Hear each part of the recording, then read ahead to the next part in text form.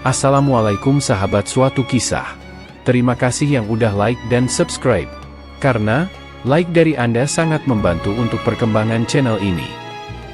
Mari kita saling berbagi harapan dan cita-cita. Tuliskanlah hajat dan impian kalian di kolom komentar, dan bersama-sama kita berdoa, agar semua yang kita inginkan segera terwujud. Amin. Dalam Al-Quran, Surat Ar-Rahman, kita diajak merenungkan kenikmatan surga yang begitu mempesona. Salah satu nikmat yang disebutkan adalah buah-buahan yang melimpah, dan bidadari yang akan menemani para penghuni surga. Surat Ar-Rahman, yang berarti yang Maha Pemurah, terdiri dari 78 ayat, yang sering disebut sebagai pengganti keseluruhan Al-Quran, karena luasnya cakupan nikmat Allah yang dijelaskan di dalamnya. Di salah satu ayatnya, Allah berfirman, "Maka nikmat Tuhan kamu yang manakah yang kamu dustakan?" Quran Surat Ar-Rahman ayat 51. Ayat ini mengingatkan kita akan betapa banyaknya nikmat yang diberikan oleh Allah dan mengapa kita harus selalu bersyukur.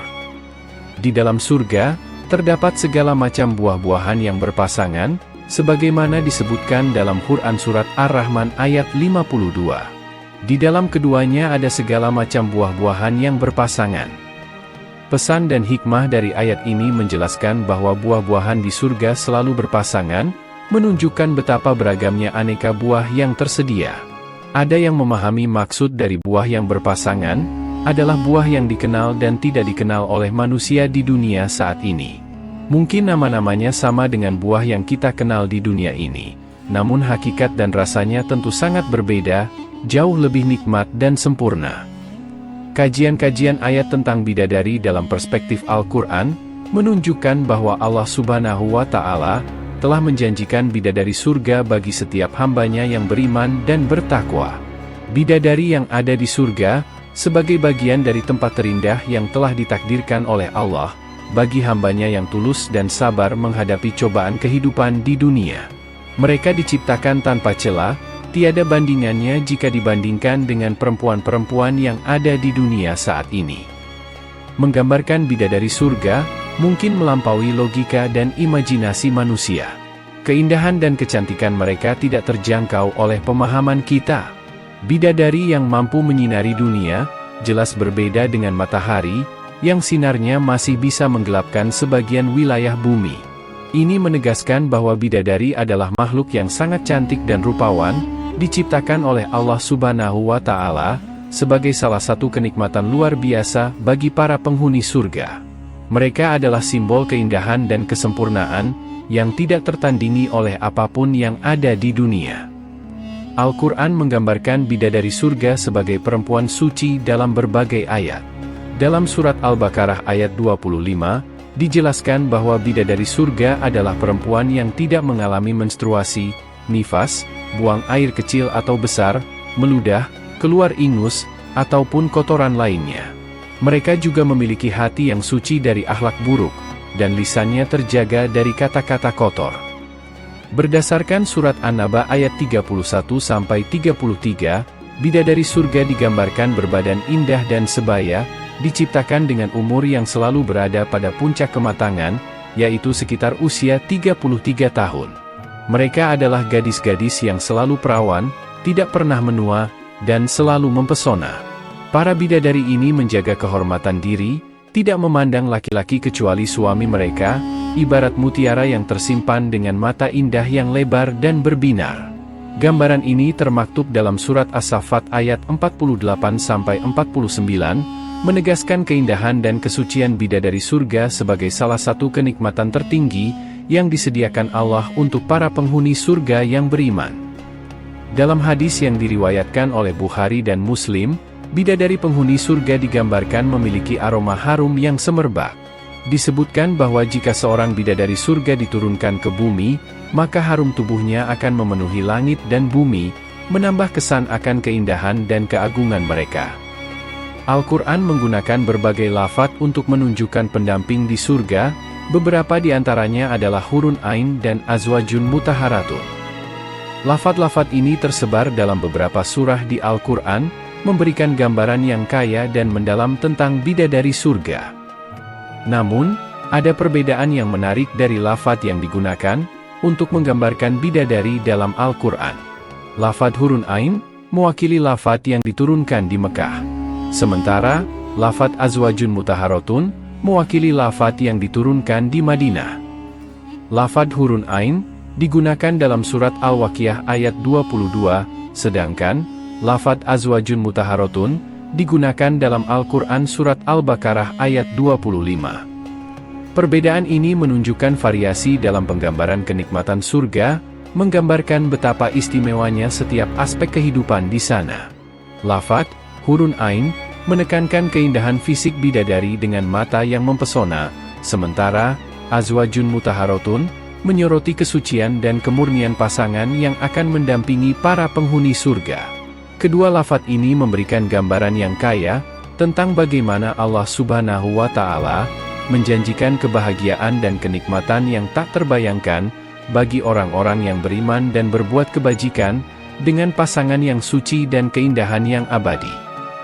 Pendapat dari musafir klasik seperti At-Tabari memberikan warna yang lebih kaya pada pengertian lafadz hurun ain dan azwajun mutaharotun dalam Al-Quran. Menurutnya, hurun ain menggambarkan perempuan surga yang memiliki mata putih, kulit yang bersih, dan bola mata yang sangat indah. Kitab At-Tabari menjelaskan bahwa para penghuni surga akan dinikahkan dengan bidadari yang memiliki mata putih, dengan betis yang terlihat di balik busana mereka yang indah. Bahkan, kulit mereka begitu bersih dan tipis sehingga orang bisa melihat wajah mereka dari balik jantung.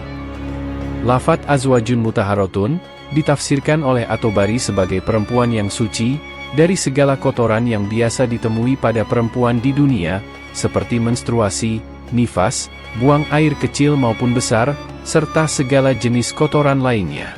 Pandangan ini memberikan gambaran yang lebih hidup tentang keindahan dan kesucian bidadari surga, serta kebersihan dan kesucian yang luar biasa dari para pendamping surga.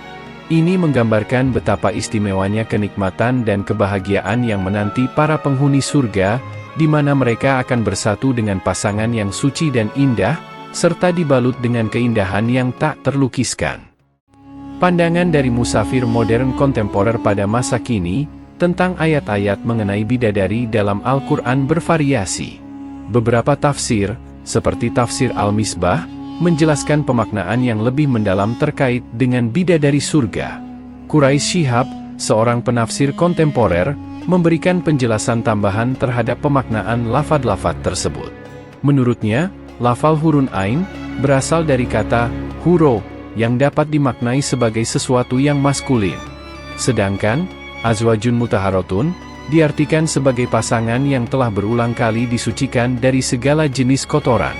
Pemahaman ini menekankan bahwa setiap laki-laki dan perempuan memiliki pasangan masing-masing. Dan penyucian dalam lafadz tersebut tidak hanya berkaitan dengan aspek jasmani seperti haid, tetapi juga mencakup penyucian jiwa dari hal-hal seperti dengki, cemburu, bohong, khianat, dan sebagainya. Pendekatan ini memberikan dimensi yang lebih luas dan mendalam terhadap konsep bidadari surga, menekankan pentingnya kesucian dan kesempurnaan dalam hubungan antara suami dan istri di surga, baik dari segi fisik maupun spiritual. Sementara itu, mufasir klasik kadang-kadang menyajikan konstruksi penafsiran yang terkesan diskriminatif terhadap perempuan dalam perspektif gender. Menurut beberapa aktivis gender, dalam beberapa tafsir yang panjang lebar, sifat dan karakteristik kecantikan bidadari dijelaskan tanpa memperhatikan konteks ayat saat diturunkan. Namun, seiring dengan perkembangan zaman, kesadaran akan kesetaraan laki-laki dan perempuan semakin meningkat dan lebih vokal. Oleh karena itu, penafsiran mengenai bidadari pun mengalami perkembangan. Beberapa pengkaji Al-Quran mulai memperhatikan aspek-aspek baru dalam memahami ayat-ayat Al-Quran, terutama terkait dengan konsep bidadari. Mereka mempertimbangkan konteks budaya dan sosial saat ayat-ayat tersebut diturunkan, serta menafsirkannya dengan memperhatikan nilai-nilai kesetaraan gender yang lebih sejalan dengan pemahaman kontemporer tentang hak-hak perempuan. Perkembangan ini mencerminkan evolusi dalam pemahaman agama, dan memberikan ruang bagi interpretasi yang lebih inklusif dan sesuai dengan semangat kesetaraan dan keadilan bagi semua individu, tanpa memandang jenis kelamin. Aminah Wadud mencoba untuk mengulik kembali ayat-ayat ini dengan pendekatan hermeneutik berkeadilan gender. Gambaran mengenai teman surga bagi kaum beriman muncul dalam 3 tingkatan yang berbeda. Pertama, disebutkan Hur al-Ayun, yang berarti pasangan bagi laki-laki beriman. Kata ini mencerminkan tingkat pemikiran pada masa jahiliyah Mekah. Kedua, istilah Zauj menggambarkan periode Madinah yang memiliki makna pasangan yang diidamkan, baik untuk laki-laki maupun perempuan. Dan ketiga, Al-Quran menyebutkan sesuatu yang melampaui kedua peringkat sebelumnya, yaitu kedekatan di sisi Allah Subhanahu wa Ta'ala. Ragam pemaknaan tentang bidadari surga, dari tafsir klasik hingga modern kontemporer, menggambarkan upaya manusia dalam memahami kalam ilahi. Hal ini menjelaskan kepada kita bahwa ilmu Allah Subhanahu wa Ta'ala tidak terbatas.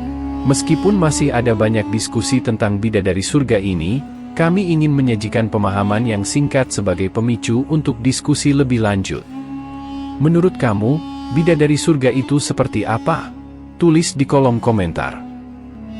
Wallahu alam bisawab. Semoga kisah ini bermanfaat. Mohon maaf atas segala kekurangan dan kesalahan. Karena kebenaran berasal dari Allah, sedangkan kesalahan datang dari keterbatasan manusiawi saya. Sampai jumpa di kisah-kisah menarik dan bermakna lainnya. Saya akhiri.